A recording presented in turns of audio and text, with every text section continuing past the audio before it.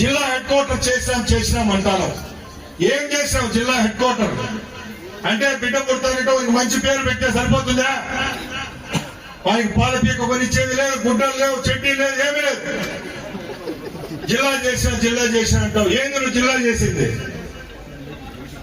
ఉండే 6 నియోజకవర్గాలకు మధ్యలో ఉంది కాబట్టి జిల్లా చేశావు. జిల్లా అయింది, అది గాలికి ఏ గాలికి వచ్చి అయిపోయింది. ఈ రోజు మళ్ళా మైక్ ఎత్తుకొని చెంచాల దగ్గర సోషల్ మీడియాలో పెట్టేది మంత్రి పదవి కోసం అమ్ముకున్నాడు జిల్లాను. రేపు భోజనీకి అమ్మేవాడు ఎవడు రా? కొనేవాడు ఎవడు? నేను నా వల్ల ఈ జిల్లా పోతుంది అనుకుంటే ఇప్పుడే రాజీనామా చేస్తా.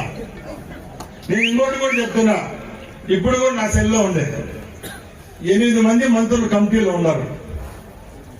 ఎవరెవరికైతే ఈ కొత్త జిల్లాల ప్రతిపాదన లేదో వాళ్ళ మంత్రుల కమిటీలలో మంత్రులు ఉన్నారు. కమిటీ గత 40 రోజుల నుంచి నేను ఆ ఎమ్మెల్యే టికెట్ కోసం ఎంత కష్టపడినాను. 20 సంవత్సరాలు ఈ జిల్లా నిలపాలని నేను చేయని మెసేజ్ లేదు.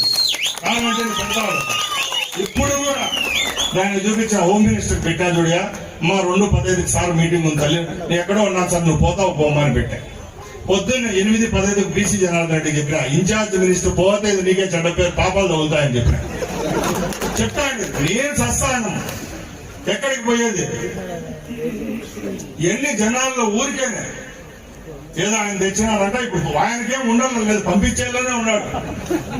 వాళ్ళకి లోపల ఏమంటే ఎట్లా చెడగొట్టేస్తే ఈ నింద నా మీద వేయాలా, తెలుగుదేశం పార్టీ మీద వేయాలా, మనం మా కంచుకోట మా తాత ఆస్తి అని చెప్పుకునేది మాకు ఉండాలని చెప్పుకుంటాడు. దాని గురించి ఆయన ఆలోచించాల్సిన అవసరంలో దగ్గరలోనే క్యాబినెట్ లో పెడుతున్నారు. ఎక్కడ పోదు, రాయచోటి జిల్లాలో ఉంటుంది. మన ప్రాంతంలో అన్ని వస్తాయి, ఎన్నో బస్ స్టాండ్ వస్తాయి, స్పోర్ట్స్ కాంప్లెక్స్ వస్తాయి. ఇలాంటి దొంగనాల కోసము మొన్న డిఐజీని కలిస్తే చెప్పిన 5 ఎకరాలు ఇస్తాం, మంచి జైలు కట్టేవాళ్ళని చెప్పిన జైలు కూడా కట్టిస్తాం.